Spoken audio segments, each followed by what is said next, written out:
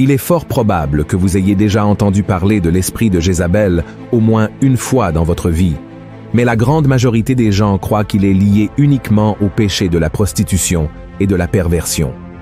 Cependant, en réalité, ce n'est pas seulement cela. L'esprit de Jézabel possède de nombreuses caractéristiques qui entravent la croissance de l'Église et éloignent les gens de la présence de Dieu. Et vous devez vous demander, mais pasteur, qui était Jézabel?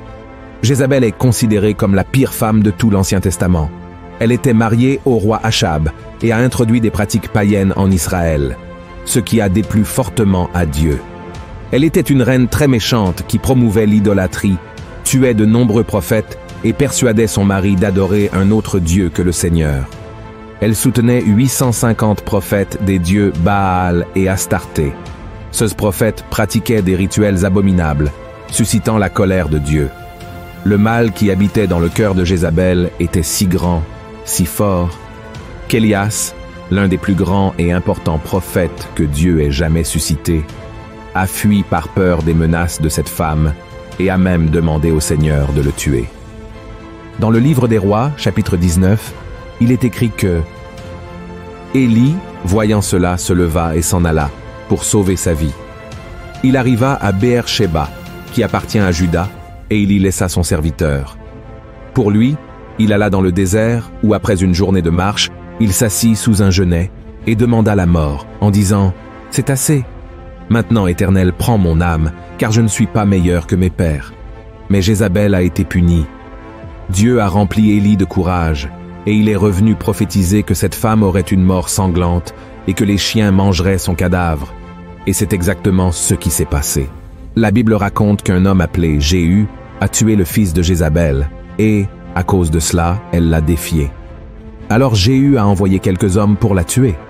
Ils ont envahi le palais et ont jeté Jézabel par la fenêtre. Jéhu l'a ensuite écrasée avec ses chevaux. Lorsqu'ils l'ont enterrée, ils n'ont trouvé que son crâne, ses pieds et ses mains, car les chiens avaient mangé le reste. Les actions de Jézabel contre le peuple de Dieu étaient si destructrices que son nom a été adopté par un esprit malin très puissant, dont le seul objectif est de détruire l'autorité de Dieu. Et sa cible favorite est l'Église. Malheureusement, dans presque toutes les communautés chrétiennes, il existe une Jézabel qui trompe les gens et entrave leur croissance spirituelle. Et Dieu veut nous utiliser pour vaincre cet esprit malin, afin que son peuple puisse être béni. Mais comment savoir si l'esprit de Jézabel habite parmi nous? Il existe quelques caractéristiques qui peuvent indiquer la présence d'une Jézabel dans votre Église. Et la première d'entre elles est la prostitution. Dans le livre des Rois, chapitre 9, il est raconté que Jézabel était une femme vaniteuse et habituée à atteindre ses objectifs par la séduction. Dans la Bible, le terme prostitution a le sens d'infidélité tant conjugale que spirituelle. Quand une personne n'est pas fidèle à Dieu, elle se prostitue, car Jésus a dit que personne ne peut servir deux maîtres. Jézabel pratiquait à la fois la prostitution sexuelle, en trahissant son mari, et la sorcellerie, en trahissant le Dieu d'Israël. L'esprit de Jézabel entre dans les églises par le biais de personnes qui ne vivent pas une vie de sainteté. C'est pourquoi les pasteurs et les autres leaders doivent faire attention à qui ils mettent devant l'autel pour ministère. Je sais que nous sommes tous imparfaits, pécheurs, mais la personne qui est à la tête d'un département de l'Église doit vivre une vie de sainteté. Une personne en péché de fornication et de prostitution, par exemple, n'est pas prête à diriger, car elle doit être restaurée.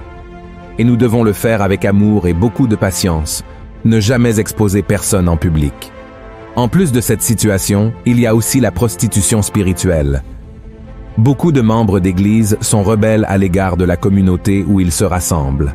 Des personnes comme celle-ci sautent d'une branche à l'autre, cherchant où trouver quelqu'un qui leur convienne, et chaque jour cherchent une église et un pasteur qui fassent leur volonté.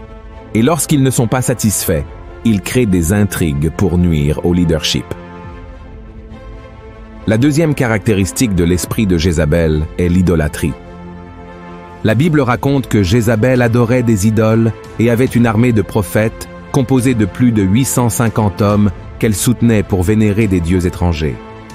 De nos jours, nous voyons rarement ce type de pratique, mais l'idolâtrie va au-delà des images sculptées. L'idolâtrie, c'est tout, ce qui prend la place de Dieu dans notre cœur, car le Seigneur doit être la priorité dans notre vie. Par exemple, de nos jours, il existe un monde évangélique où des personnalités telles que des chanteurs et des pasteurs se distinguent plus par leur charisme et leur talent que par leur foi en Jésus. Et c'est là que l'esprit de Jézabel agit.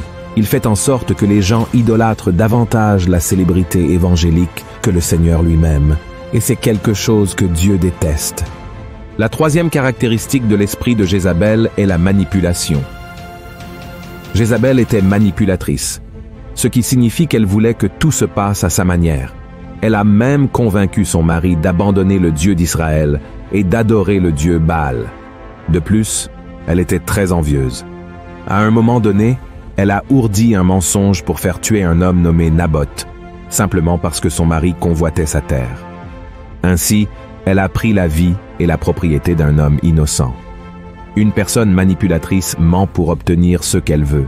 Elle trahit et poignarde dans le dos, cherchant à se venger de ceux qui refusent de faire sa volonté. L'esprit de Jézabel entre dans de nombreuses églises par le biais de personnes qui veulent tout contrôler. Certains de ces individus occupent déjà des postes de responsabilité professionnellement et reflètent cette attitude au sein de l'Église, pensant qu'ils peuvent donner des ordres à leurs frères comme s'ils étaient des employés ou des subordonnés sur le lieu de travail. L'Église n'est pas un endroit pour maltraiter quiconque, mais plutôt pour manifester amour et camaraderie. Et si quelqu'un occupe une position de pouvoir dans la société, cela doit être laissé à l'extérieur. Dans l'Église, nous sommes tous frères et sœurs et devons nous servir mutuellement avec amour, comme l'a dit l'apôtre Paul dans Galates, chapitre 5. Par conséquent, nous devons être prudents lorsque nous nommons quelqu'un à un poste de leadership qui ne traite pas bien ses frères. Et enfin, la quatrième caractéristique de l'esprit de Jézabel est la persécution. Cette femme a persécuté les prophètes de Dieu au point que beaucoup ont dû se cacher pour ne pas être tués. Beaucoup de prophètes sont même morts à cause de Jézabel, et le prophète Élie lui-même a été menacé par elle. Une des raisons de cette persécution est que les prophètes de l'époque parlaient la vérité et non ceux que Jézabel et son mari voulaient entendre. De même, l'esprit de Jézabel peut être perçu dans des églises où des personnes sont persécutées par leurs propres frères.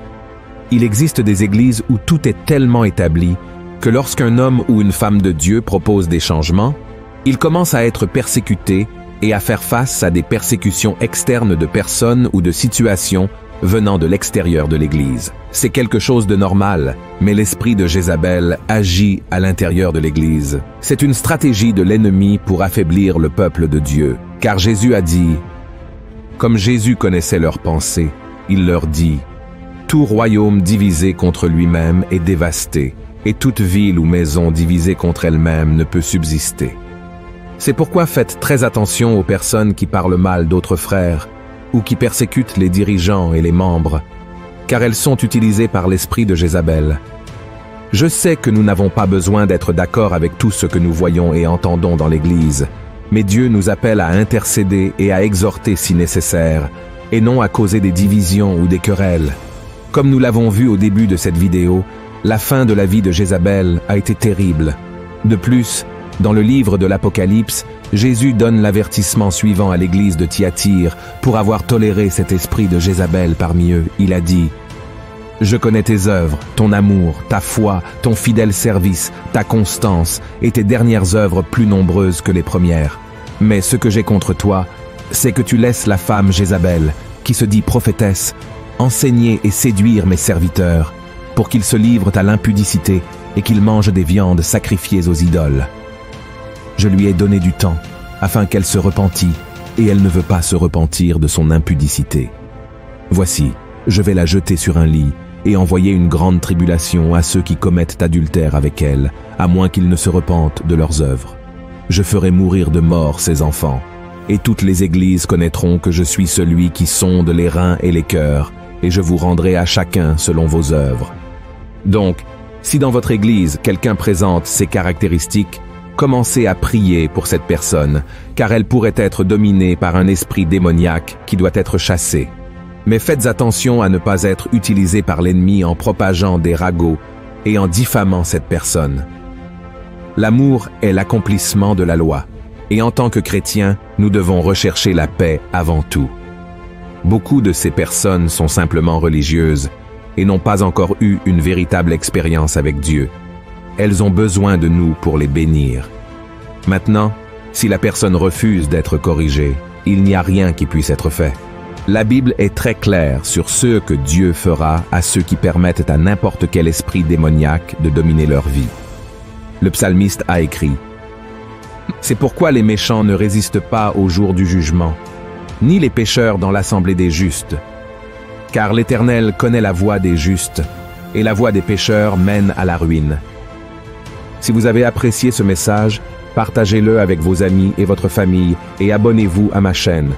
Que Dieu vous bénisse.